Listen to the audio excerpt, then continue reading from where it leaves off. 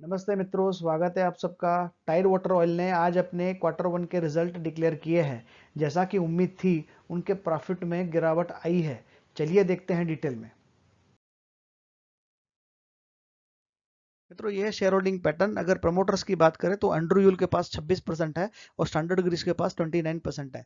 अगर Andrew you'll के stake की बात करें तो एंड्रू यूल की शेयर होल्डिंग पैटर्न मैंने नीचे दिखाई है। तो जैसा कि आप देख पा रहे हैं, एंड्रू यूल के अंदर 89.25% स्टेक जो है वो भारत सरकार के पास है। तो ये पूरी तरह से आप कह सकते हो कि भारत सरकार की कंपनी है, जो कि टाइड वाटर की पेरेंट कंपनी है। मित्रों, यह रिजल्ट जो उन्होंने अभी डिक्लेयर किया है, पहला कॉलम है जून क्वार्टर का, दूसरा कॉलम है मार्च क्वार्टर का, तीसरा कॉलम है जून क्वार्टर पिछले साल का और चौथा कॉलम है 19-20 साल भर के फिगर। ये सारे के सारे फिगर जो है वो करोड़ के अंदर है। बात करें अगर उनके इनकम की, सबसे पहले तो 208 करोड़ की उनकी इनकम हो गई है, जो पिछले क्वार्टर में 310 करोड़ के आसपास की थी। तो यहाँ पे 100 करोड़ से भी ज्यादा की गिरावट उनके इनकम में हम साफ साफ देख सकते हैं। अगर एक्सपेंस फ्रंट पे बात करें तो 281 करोड़ से उनके एक्सपेंस घट के 186 करोड़ पे आए हैं। तो इस क्वार्टर में 208 करोड़ की इनकम हुई है और 186 करोड़ के उनके एक्सपेंस हुए हैं। दोनों के बीच का डिफरेंस है 21.49 करोड़, जो इस क्वार्टर का उनका ग्रॉस प्रॉफिट रहा।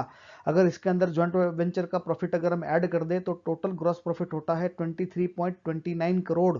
अगर बात करें इनके नेट प्रॉफिट की, तो इस क्वार्टर में टैक्स देने के बाद जो नेट प्रॉफिट लास्ट में बचता है वो है 17.41 करोड़। पिछले क्वार्टर में ये अमाउंट था 23.20 करोड़।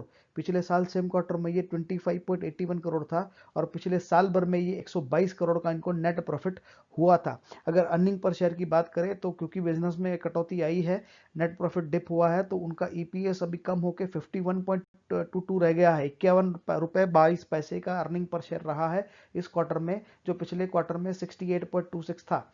अगर उनके पिछले साल भर की बात करें तो उनका अर्निंग पर शेयर 359.11, मोटा मोटा 360 रुपए के आसपास था।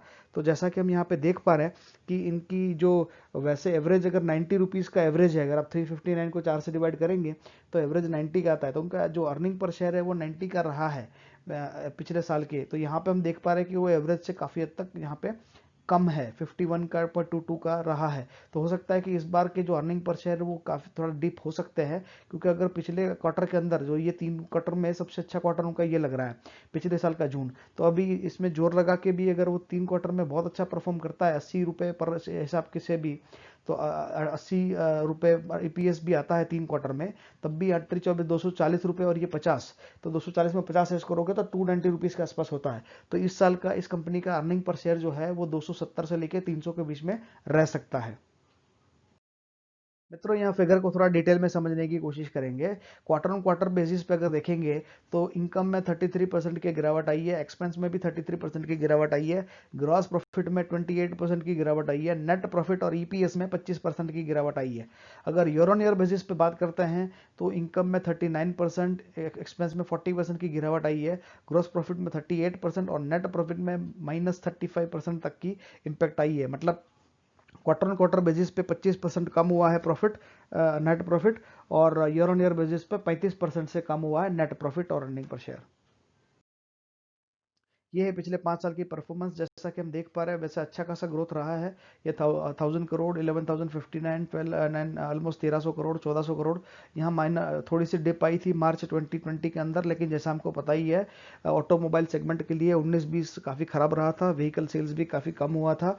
तो कहीं ना कहीं लुब्रिकेंट बिजनेस पे भी इनकी इम्पैक्ट आई है। इस कंपनी का लुब्रिकेंट बिजनेस ऑटोमोटिव में भी है, इंडस्ट्रियल में भी है, लेकिन ट्रेडिशनली ये ऑटोमोटिव में ज़्यादा स्ट्रॉन्ग रहा है। अगर नेट प्रॉफिट की बात करें तो 78 करोड़, 102 करोड़, 97 करोड़, 96 करोड़, 106 करोड़। तो काफ़ी अच्छा performance year on year basis पर रहा है। यहाँ हम देखेंगे कि यहाँ टोटल इनकम में हल्की सी गिरावट आई थी मार्च 2020 में, लेकिन नेट प्रॉफिट में फिर भी शानदार प्रदर्शन किया है और 106 करोड़ का नेट प्रॉफिट हुआ था पिछले साल, जो कि एक बहुत अच्छी बात है। ये है प्राइस चार्ट कंपनी के। जैसा हम देख पा रहे हैं 2007 में 479 रुपीज़ के आसपास का शेयर होता था और आज की डेट में ये 5120 के आसपास का है। तो इस कंपनी ने पिछले 13 साल के अंदर 11 गुना का रिटर्न दिया है, जो बहुत ही अच्छे रिटर्न हम कह सकते हैं। इंडस्ट्री पी 16 का है इस कंपनी का, जो पी इंडस्ट्री से थोड़ा कम है, 14.28 के आसपास का है। हालांकि ईपीएस 350 के आसपास का है, जो इस साल में जैसा मैंने कहा कि हो सकता है कि 300 के आसपास में रह सकता है। तो ये हो सकता है कि अगर इसमें थोड़ा बहुत करेक्शन आए आने वाले टाइम के अंदर, और अगर आता है तो ये इसको होल्ड करके लंबे समय तक रख सकते हैं, क्योंकि कंपनी अच्छी है। इनडायरेक्टली गवर्नमेंट ऑफ इंडिया का इसमें इन्वेस्टमेंट है, क्योंकि जो मेजर स्टेक होल्डर है एंड्रयूल, उसमें इसके अंदर गवर्नमेंट की हिस्सेदारी है। और हमें ये कभी भी भूलना नहीं चाहिए कि ये उन कंपनीज में से है जो बहुत ही अच्छा डिविडेंड देती है। ये कंपनी का डिविडेंड यील्ड अभी का देखोगे तो 5% के आसपास का है, जो कि बहुत अच्छा परफॉर्मेंस है। तो अगर इसमें कभी भी करेक्शन आता है, या मान के चलिए कि 4,000 4,500 के भी आसपास अगर इसका रेट जाता है, तो इसको होल्ड करके लंबे अरसे तक रख सकते हैं, क्योंकि ये बहुत ही अच्छी कंपनी ऐसा हमको लगता है। मित्रों, वीडियो को यही समाप्त करेंगे। अगर आपको वीडियो अच्छा लगा हो तो चैनल को सब्सक्राइब कीजिए, इस वीडियो को लाइक कीजिए और शेयर कीजिए। वीडियो देखने के लिए आपका बहुत बहुत धन्यवाद।